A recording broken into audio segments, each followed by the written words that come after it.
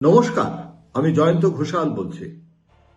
মমতা বন্দ্যোপাধ্যায় এবং অভিষেক বন্দ্যোপাধ্যায়, এই মমতা অভিষেক জুটি, একজন প্রবীণ, একজন নবীন, একজন একটা গোটা রাজ্যের রাজনীতিতে এই মুহূর্তে 2026-এর লোকসভা নির্বাচনের আগে তিনি হলেন প্রধান কাণ্ডারি, তিনি হলেন প্রধান মুখ। গোটা লড়াইটা কিন্তু মমতা কেন্দ্রিক, কিন্তু সেখানে অভিষেক বন্দ্যোপাধ্যায় কি ও কেন, এটা যদি বলতে হয় তাহলে বলতে হবে যে মমতা বন্দ্যোপাধ্যায় এবং অভিষেক বন্দ্যোপাধ্যায়ের একটা যৌথ স্ট্র্যাটেজি কিন্তু 2026-এ আছে। স্ট্র্যাটেজি সম্পর্কে একবার লালকৃষ্ণ আডবাণী বলেছিলেন যে একটা সাংবাদিক বৈঠকে, যে হোয়াট ইজ ইউর স্ট্র্যাটেজি বলে আডবাণীকে প্রশ্ন করেছিল। আডবাণী বলেছিলেন যে if it is strategy then I cannot discuss it in the press conference. সাংবাদিক বৈঠকে তো স্ট্র্যাটেজি নিয়ে আলোচনা হয়, আমরা সাংবাদিক বৈঠকে নেতারা স্ট্র্যাটেজি কি সেটা গোপন কথাটা তাদের কখনোই গোপনও রবে না বলে দিলেন, এমনটা হতে পারে না। তাহলে আমরা কি করতে পারি? আমরা ডিকোডিফাই করি এই স্ট্র্যাটেজিটাকে। মমতা এবং অভিষেকের জয়েন্ট স্ট্র্যাটেজিটা কি? প্রথম কথা, একটা জিনিস একদম সুস্পষ্টভাবে বলে দেওয়া উচিত যে মমতা এবং অভিষেকের কোনো দ্বৈরথ নেই। এই যে কতদিন ধরে শুনে আসছি যে মমতা আর অভিষেক নাকি বিরাট একটা অন্তর্দ্বন্দ্ব, বিজেপি সব থেকে বেশি প্রথম শুরু করে, তারপর বিজেপি চুপ করে যায়, সিপিএম এবং কংগ্রেস প্রচার করতে শুরু করে, আরজি করে সময় থেকে এটা খুব চরমে ওঠে। মত পার্থক্য হতেই পারে, কিভাবে একটা সমস্যাকে রিজলভ করা হবে সেটা নিয়েও, কিন্তু যে কোনো দুটো ব্যক্তি, হিউম্যান বিইং ইজ ইউনিক, দুটো যমজও আইডেন্টিক্যাল হয় না রে ভাই। সুতরাং দুটো মত পার্থক্য কি? তার এই নয় যে ভোটের সময় দুজন দুপথে চলবে। ভোটের আগে কিন্তু দুজনের মধ্যে একাধিকবার বৈঠক হয়েছে, বৈঠক হতেই থাকে। সারাদিনে কতবার দুজনের মধ্যে ফোনে কথা হয় সেটা কি আমরা কোনো খবর রাখি? এখন এই পরিস্থিতিতে মমতা বন্দ্যোপাধ্যায় তিনি যেমন জেলা সফর করছেন, এসআইআর এর বিষয়টাকে নিয়ে তিনি তুলকালাম কাণ্ড করছেন। বিহারে যেরকম ভাবে রাহুল এবং তেজস্বীকে দেখাই যায়নি, এখানে তা নয়। ওখানে রাহুল শুধু সাংবাদিক বৈঠক করে এসআইআর এর কথা বলেছেন, তাও অনেক সময় দিল্লিতে বা অন্য রাজ্যে, বিহারেই নয়, যেখানে ভোট হচ্ছে সেখানে তারা ছিলেন না। এখানে কিন্তু তা নয়, এখানে প্রত্যেকটা সমস্যা, প্রত্যেকটা অভিযোগ, এই যে বিজেপি বলে যাচ্ছে যে 1 কোটি ভোট বাদ দেওয়া যাবে, 1 কোটি ভোটারের নাম বাদ যাবে, ফেব্রুয়ারি মাসে তালিকা হবে, যদি সত্যি সত্যি ন্যায্য ভোটাররা বাদ যায় তাহলে কিন্তু পশ্চিমবঙ্গে আগুন জ্বলে যাবে। মমতা বন্দ্যোপাধ্যায় জেলাওয়ারি সংগঠন আছে, বিজেপির আছে, এবং সেটা অমিত শাহ জানেন, বোঝেন। সেই কারণেই তো এবারে তিনি র্যালি না করে সাংগঠনিক বৈঠক করেছেন। এবং কি বার্তা দিয়েছেন অমিত শাহ? একমাত্র গুরুত্বপূর্ণ বার্তা হলো একদম গ্রামে যাও, ব্লকে যাও, বুথ স্তরে গিয়ে কাজ করতে হবে, তোমাকে বাড়াতে হবে। তোমার সংগঠন না বাড়ালে মোদির শুধু যে বাণী, যে কথা, মানলাম তার একটা ইকুইটি আছে, আমি অস্বীকার করি না, কিন্তু সেইটাকে প্রত্যেকটা বুথে নিয়ে যাওয়া। আমরা দেখতে পাচ্ছি কি যে এসআইআর এর কাজ হচ্ছে, বিজেপি কর্মীদের দেখা যাচ্ছে না, তৃণমূল কর্মীদের প্রতিবাদ জানাচ্ছে। এইখানে মমতা অভিষেকের জয়েন্ট স্ট্র্যাটেজিটা হলো, মমতার মতো তিনি হলেন একটা ওই যে মা দুর্গার পিছনে একটা বড় একটা চাঁদমালা থাকে, একটা বিরাট ছবি থাকে, তাকে সামনে রেখে মমতা বন্দ্যোপাধ্যায় যেভাবে কথা বলেন, যে ভঙ্গিতে কথা বলেন, সেগুলোই মমতা। অনেকে আমাকে বলেন মমতা কিরকম ভাবে কথা বলেন, যে ওটা লোকায়ত।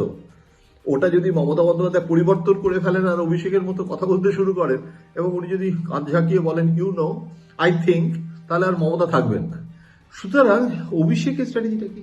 এই যে অভিষেক, আমি অভিষেকের ব্যাপারটা আসতে চাইছি, কেননা এটা নিয়ে আলোচনা হওয়া প্রয়োজন। এই যে জেলা ওয়ারি অভিষেক বন্দ্যোপাধ্যায় সফর শুরু করলেন, কোথা থেকে শুরু করলেন, কোথায় কোথায় যাচ্ছেন সেসব আপনারা জানতে পারছেন এবং জানবেন, সেটা তো ফ্যাকচুয়াল ডিটেলস। কিন্তু ফিলোসফিটা কি? যে জায়গাগুলো বেঁচেছেন, যেভাবে প্রথমে কোথায়, দ্বিতীয় কোথায়, তৃতীয় কোথায়। অভিষেক বন্দ্যোপাধ্যায় সব থেকে বড় বৈশিষ্ট্য কি জানেন? He is 37-38 years old young man. ওনার আধুনিক একটা মন আছে, রিসার্চ করেন, রিসার্চ ড্রিভেন পার্সন, এবং শুধু সার্ভে নয়, এবং শুধু আইপ্যাক নয়, উনি অন্তত 2-3টে সংগঠনকে দিয়ে সার্ভে করান, বিভিন্ন ইভেন্টও করান। ধরুন এই যে মাসিকে নিয়ে যে সমস্যাটা হলো, এটা কি ইম্প্যাক্ট ভোটারদের মধ্যে পড়বে, তার উপরই হয়তো একটা 3 মাস ধরে একটা সার্ভে হলো। উনি এটা, এই আধুনিক যে প্রযুক্তি, সেই প্রযুক্তিটা ব্যবহার করেন। মানে এবং উনি কি করেন, উনি জাতীয় রাজনীতিতে কোথায় কি হচ্ছে, বিশ্ব রাজনীতিতে সবকিছু দেখে শুনে রিয়াক্ট করেন, শব্দ চয়ন করেন এবং জেলাওয়ারি যে সফর করছেন তার একটা মোমেন্টাম তৈরি করছেন। তারপর মমতা সেখানে যাচ্ছেন এবং মমতা সেখানে গিয়ে আবার তার বক্তব্য রাখছেন। এটা কিন্তু 2 in 1। এবং মমতা বিনে গীত নাই, এটা কিন্তু অভিষেক বন্দ্যোপাধ্যায় জানেন। এবং অভিষেক তো মমতাকে সামনে রেখেই করতে চাইছেন। উনি তো মমতার নেতৃত্বেই অভিষেক বন্দ্যোপাধ্যায়। এবং উনি কি করছেন, উনি গভর্নেন্সে নেই, উনি মন্ত্রী নন, চাইলে মন্ত্রী হতে পারতেন, হয়তো হননি। এবং উনি কি করেছেন, উনি সংগঠনের প্রধান কার্যত হয়ে গেছেন। একটা silent transition in the party affairs তো হবেই, সময়ের সঙ্গে সঙ্গে নবীন প্রজন্মকে হাল ধরতে হয়। এবং এই যে ধরুন সমস্ত কোঅর্ডিনেটর নিয়োগ হলো দলের তরফ থেকে, কম লোক তো নয়, প্রত্যেকটা জেলায় এতগুলো জায়গায় কোঅর্ডিনেটর সংগঠন বিজেপি পেরেছে করতে, তার আগে তো করা হয়ে গেছে। এবং এগুলো কিন্তু ক্যামাক স্ট্রিট, আমার মাঝে মাঝে মনে হয় যে ক্যামাক স্ট্রিটটা হচ্ছে আলিমুদ্দিন স্ট্রিটের যেরকম ভূমিকা ছিল অনিল বিশ্বাসের, এবং সেই একটা রিপ্লেসমেন্ট ক্যামাক স্ট্রিট হচ্ছে। মমতা বন্দ্যোপাধ্যায় কিন্তু 2 in 1। মমতা বন্দ্যোপাধ্যায় কিন্তু জ্যোতিবাবু নন যে শুধুই রাইটার্স বিল্ডিং এ বসে প্রশাসন চালাচ্ছেন, উনিও দলের সবকিছু দেখেন। অনেকটা মানে মোদির সাথেও মিল আছে, 2 in 1। সেখানে আবার মোদি যেরকম দল এবং সরকার দেখেন, এবং COO চিফ অপারেটিং অফিসার হচ্ছেন অমিত শাহ।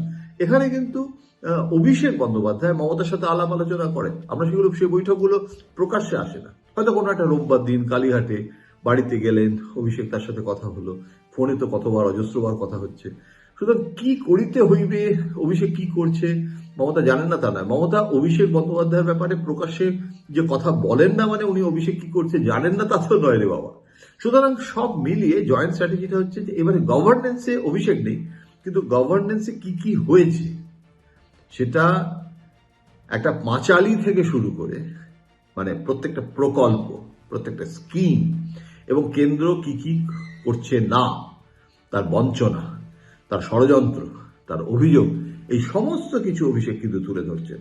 এবং পরতে পরতে দিল্লি বনাম পশ্চিমবঙ্গ, পশ্চিমবঙ্গের একটা র্যাডিক্যাল ডিএনএ আছে এবং সেইটা উত্তরাধিকার সূত্রে অভিষেক বন্দ্যোপাধ্যায় সেই র্যাডিক্যাল বাঙালি ডিএনএটাও নিয়ে এগোচ্ছেন। সুতরাং সব মিলিয়ে এই অ্যাক্টিভিটিসটা বিজেপি চেষ্টা করছে, মানে ওই কোথায় দিলীপ ঘোষ অকেজো হয়ে চুপচাপ বসে আছে, তাকে টেনে নাও, অমিত শাহ বলেছেন। সুতরাং এতদিন ধরে মানে এক্সিকিউটিভ কমিটি যেটা ওদের কোর কমিটি বলে, সেটা একটা বড় কমিটি, সেখানে দিলীপ ঘোষ সদস্য, তাই বৈঠকই ডাকা হয়নি দিলীপ ঘোষ মনে করেন, এখন সেখানে তাকে ডাকা হলো। সুতরাং এটা হচ্ছে অন বোর্ড সবাইকে নিয়ে আসা। মমতা বন্দ্যোপাধ্যায় সেখানে অনেক দিন আগে কাজ শুরু করেছেন, অভিষেক বন্দ্যোপাধ্যায় ওয়েট করছিলেন। এই যে উনি শুরু করলেন ওনার জেলা থেকে যে প্রচারের কর্মসূচি এবং তারপর উত্তরবঙ্গ, তারপরে সেগুলো তো আগে থেকে ঠিক করা একটা স্ক্রিপ্ট আছে। অভিষেক বন্দ্যোপাধ্যায় তো আরো বেশি স্ক্রিপ্ট ফলো করেন, আরো বেশি মানে উনি স্বতঃস্ফূর্ত রাজনীতিটা মমতার ক্ষেত্রে এখনো অভিষেক থেকে বেশি। আবার অভিষেকের ক্ষেত্রে একটা সুপরিকল্পিত স্ক্রিপ্ট ধরে উনি চলেন। দুজনে যে দুরকম সেটা মিলেই কিন্তু 2 in 1। এবং আমি মনে করি যে এই মুহূর্তে কোনো ভেদাভেদ তো দূরের কথা, দুজনে মিলে গোটা তৃণমূল কংগ্রেসকে প্রতিষ্ঠা দিবসে এটা একটা সিম্বলিক জেস্চার এবং যৌথ অঙ্গীকার নিয়ে মাঠে নেমে পড়েছে। বিজেপি এটাকে কি করে সামলাবে, এই যৌথ স্ট্র্যাটেজিটাকে সেটা দেখার। এবং এই যৌথ স্ট্র্যাটেজির মধ্যে মতুয়া কমিউনিটির ইস্যু আছে, দার্জিলিং এর ইস্যু আছে, অনন্ত মহারাজের ইস্যু আছে, মুসলিম ভোট যাতে ভেঙে না যায় তার জন্য সব রকমের রণকৌশল আছে, এবং সেখানে প্রার্থী বাছাই বিরাট ব্যাপার, সেটাও কিন্তু দুজনে মিলে করে ফেলেছেন। মোটামুটি আমার ধারণা একটা মানে মগজাস্ত্র ব্যবহার করে আমি বলছি যে সেটা কিন্তু মোটামুটি হয়ে গেছে। জানুয়ারি মাসের শেষে হয়তো হবে, এবং অমিত শাহ যেহেতু 15ই এপ্রিল ভোট হবে, রেজাল্ট বেরোবে বলে দিয়েছেন, তার মানে ধরে নেওয়া যাচ্ছে ভোটটা একটু তাড়াতাড়ি হতে পারে। সুতরাং মমতা এবং অভিষেকও কিন্তু দলকে মোটামুটি ভাবে নামিয়ে দিয়েছেন মাঠে। এবং অভিষেক যে একটা ন্যাচারাল ট্রানজিশন সেটা কোথাও ঘোষণা হয়নি, কিন্তু দল মনে করে। সুতরাং প্রবীণের যে নেতৃত্ব সেটা আর নবীনের যে নেতৃত্ব, এই দুটোর মধ্যে এখন একটা দেখা যাচ্ছে কিন্তু সম্মিলন হয়েছে। অভিষেক বন্দ্যোপাধ্যায় অনেক কিছু মেনে নিচ্ছেন, মমতাও কিন্তু নবীন প্রজন্মের দাবি অনেক কিছু মেনে নিচ্ছেন। একদিকে প্রযুক্তি আর একদিকে স্বতঃস্ফূর্ততা, এই জয়েন্ট স্ট্র্যাটেজিটা অনুপ্রবেশ এবং রোহিঙ্গা নিয়ে বিজেপির তোলা যে আওয়াজ সেটাকেও মোকাবিলা করছে, এবং দিল্লির নির্বাচন কমিশন এবং বিজেপিকে একযোগে মানে দেখা এবং মানুষের কাছে সেই বার্তা তুলে ধরা, এই সবই কিন্তু দুজনে মিলে, এবং তারপর জেলা ওয়ারি তৃণমূলের যে নেতারা তারা সেই মশালটাকে এবারে এগিয়ে নিয়ে যাচ্ছে।